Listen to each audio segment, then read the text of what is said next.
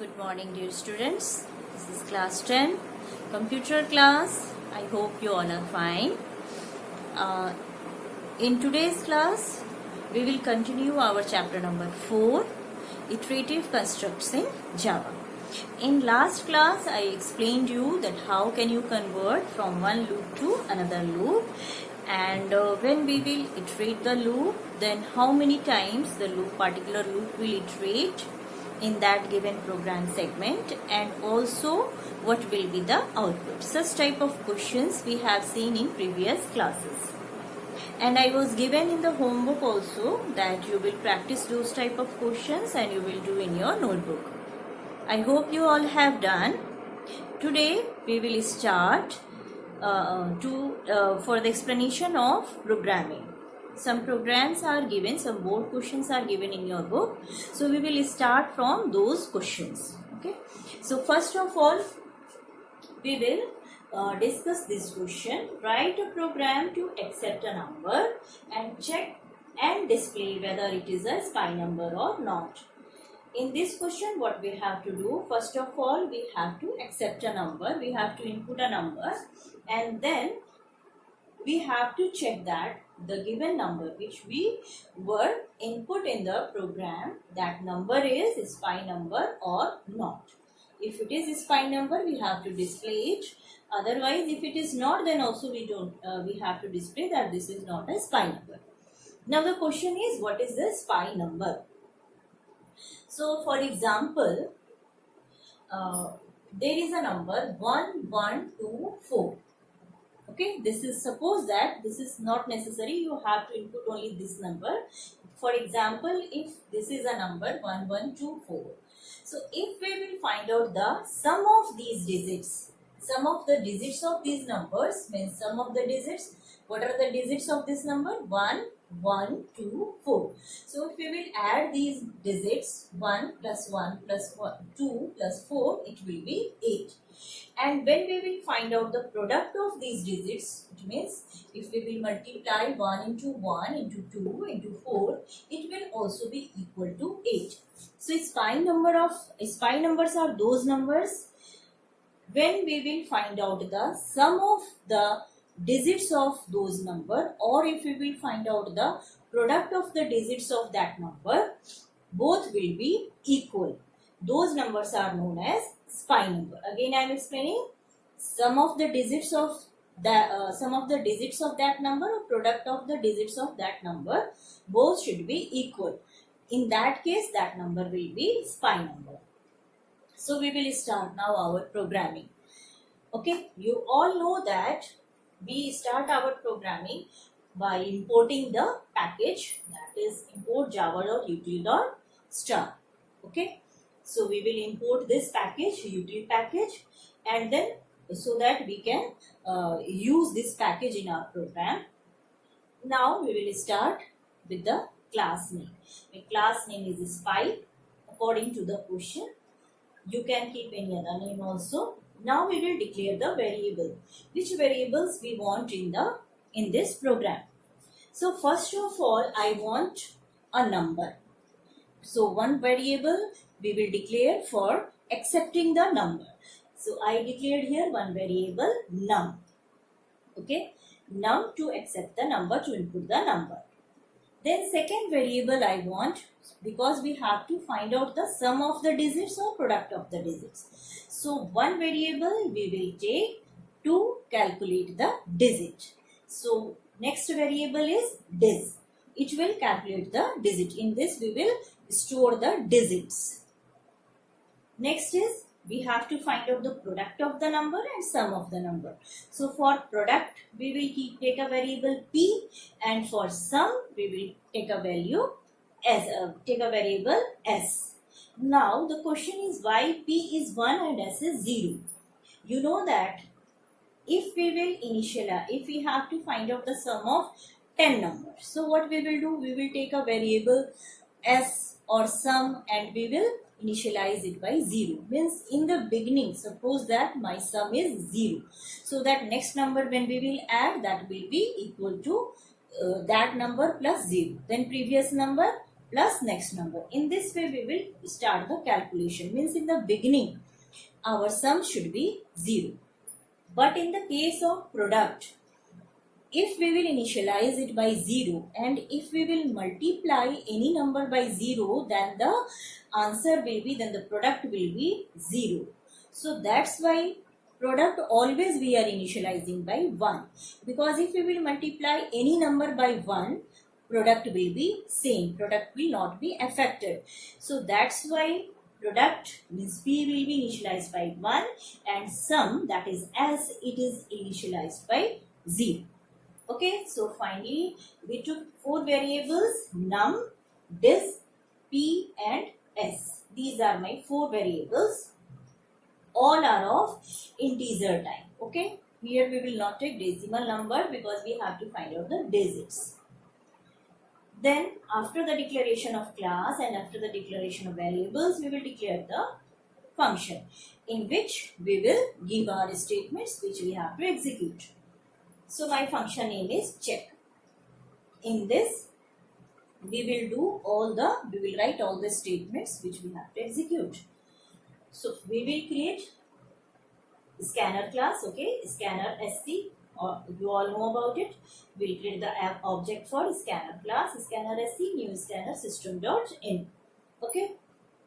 Next, first of all, we want to enter the number in our program so that we can check it. So first statement we will give by using system.out.println function. So user will be ready to enter the number. This is just a message, enter the number, so that user will alert that he has to enter the number. So where we will enter the number? In the variable num. Num with the help of object sc. Okay, here we have created already sc dot next int. Already you all are aware about it. If we have to accept the number with the help of object, we are writing like this: object name and then next int. If it is of integer type variable, if it will be double type, next double. If it is float type, next float. All of you are aware about it. You have done in the class 9 only. Now after the input of this number, we will start our calculation. First of all, we will find out the digits and then we will find out the sum of digits and product of the digits. But before these things, in once only it is not possible to calculate, to find out all the digits. So what we will do? We will use the looping. Last year also in conditional statement chapter and in looping chapter, you have already done this type of program in which we were finding the digits of a number. So how we can find out the digits of a number? Simply we were dividing that number by 10. And what was the remainder? That will be digits. For example, if I have the number 1, 1, 2, 4, how can I find out the digits? We will divide it by 10. Okay. So 10 1s are 10. Okay. So what is the remainder? 1.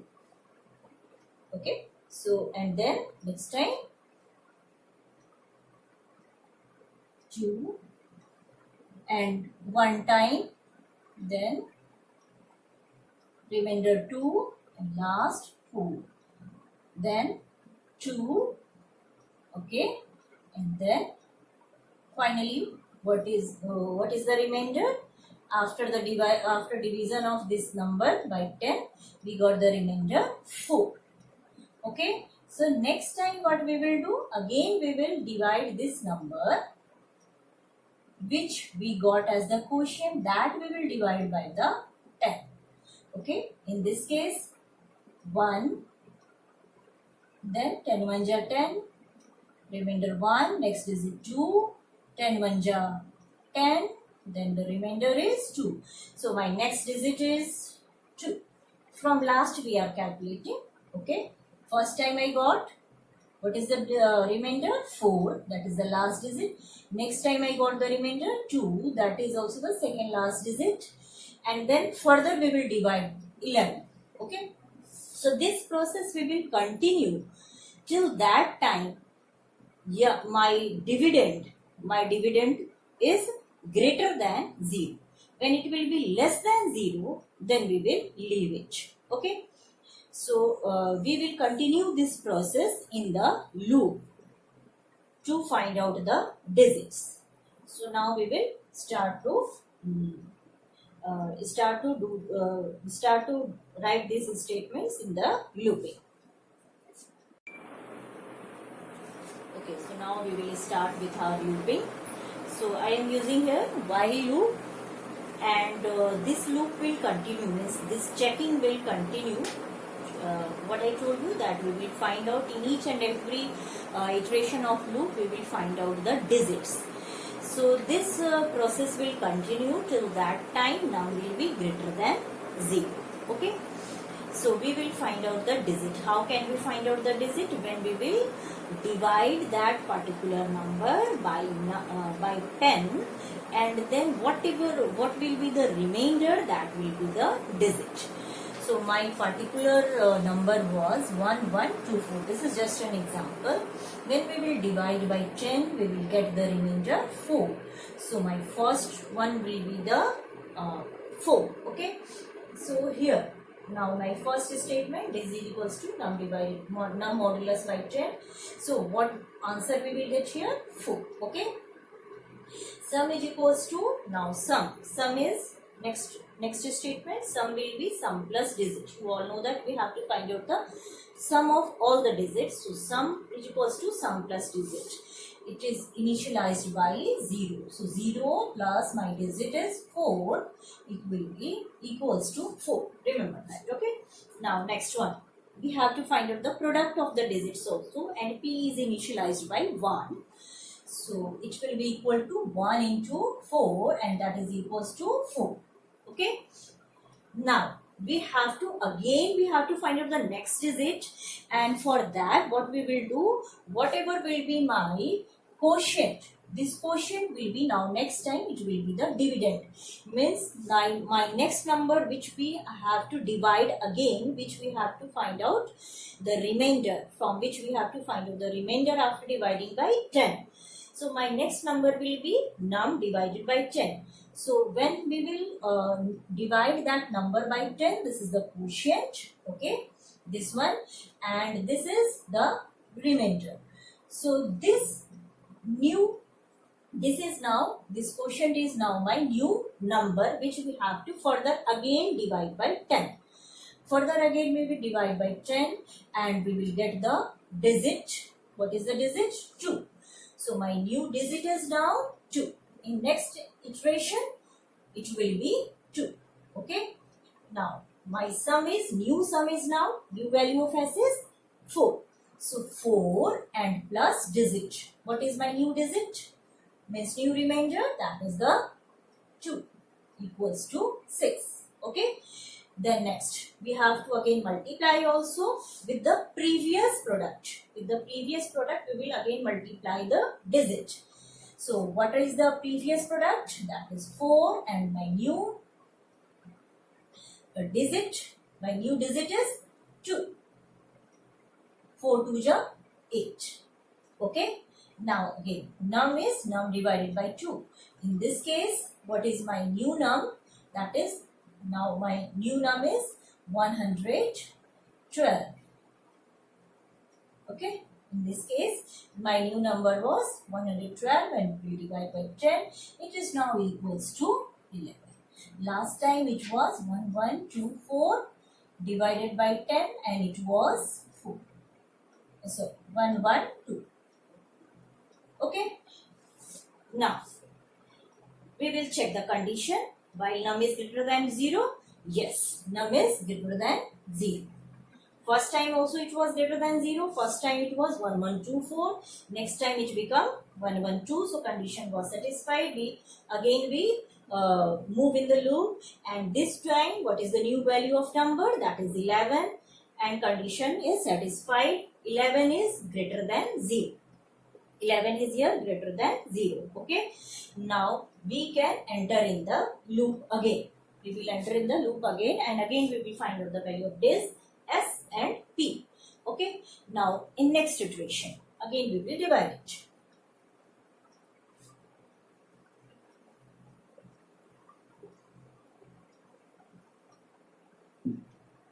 So 11 is greater than 0, condition satisfied. We will find out the value of this. How we can find out the value of this? Num modulus 10. My new num is 11. We will divide it by 10. 10 1s are 10. And what is the new number? Or what is the new remainder? 1. Okay. So in next iteration, this value, digit value is 1. Okay. Now the next statement, s is equals to s plus dis. So what is the s? 6. And digit, now next digit is 1 equal to 7. Then we will find out the product. Product is what? Last product plus this time digit. So last product was 8 and into we will multiply it by new digit, that is 1 equals to 8. Now again we have to find out the num, and num is num divided by 10, means what is my quotient. Okay, so last number was 11, we will divide it by 10 and which quotient we will get? 1. Okay, so this was the process for this iteration of loop. Now it will check the condition, num is greater than 0. Now my new num is 1. 1 is greater than 0. Yes, condition is still satisfied. So again we will enter in the loop. And this time what we will do? Again we will find out the digit. How we can find out the digit? This will be num divided by 10. What is my new num? New num is 1. So 1 will be divided by 10. Is this possible to divide? No. So we will divide it by, divide by 0, means we will multiply by 0. 10 into 0, it will be 0. Okay, when we cannot divide by any number, then we cannot divide any number, what we are doing? We are multiplying it by 0. So 10 zeros are 0 and remainder is now 1. What we have to find out here? Remainder only. So what is the new remainder? After dividing this 1 by 10, what remainder we got? We got the remainder 1. Okay, again we are getting the remainder 1. Next statement, s is equals to s plus digit. What is my last s? That is 7, and then plus new digit. What is the new digit? 1. 7 plus 1, 8. Next statement, p. What is the p? Last p, that is 8 into new digit. What is my new digit? That is 1. 8 into 1 equal to 8. Okay. Now new num. Num is last num divided by 10. Now answer is 0. Okay. So what we got in this way? We got 4 digits. First digit was 4, second is 2, then third one is 1, and the last one is 1. These all digits we got in this number. And final sum is 8, and final product of the digits is 8. Final sum of the digits is 8 and final product of the digits is also 8. Now we will check the condition. Why condition we will check? Because we have to, again, we can enter in the loop or not. Now my new num is 0. So 0 is greater than 0. Okay. So condition is here not satisfied. You cannot enter in the loop. So we will execute the next statement, which will be out from the loop body. It will check this condition. If s is equals to p, this was my condition to declare it as SPI number, that sum of the digits and product of the digits should be equal to same. Should be same. Okay, here sum of the digits 8 and product of the digits 8. So we will check here. If s equals to p, then it will print that yes, it is a SPY number, else it will print it is not a SPY number. So in this case, it is true. S is equals to P, means sum of the digits is equals to the product of digits. So in this case, this number is SPY number. So it may be the possibility, it may be possible that the given number, which number we will give, which number we will input, that may not be the SPY number. So we have to check by using these all coding. First we have to find out the digits, then we have to find out the sum of those digits, and we have to find out also the product of those digits. Finally, we will calculate that yes, if it is equal sum of the digits and product of digits, then we will declare it as SPY number. So this was the question to accept a number and check whether the given number is a SPY number or not. So now in next part we will discuss the new question to print the sum of the series. Okay, and we will also use the menu, means we will discuss now the menu driven program. Okay.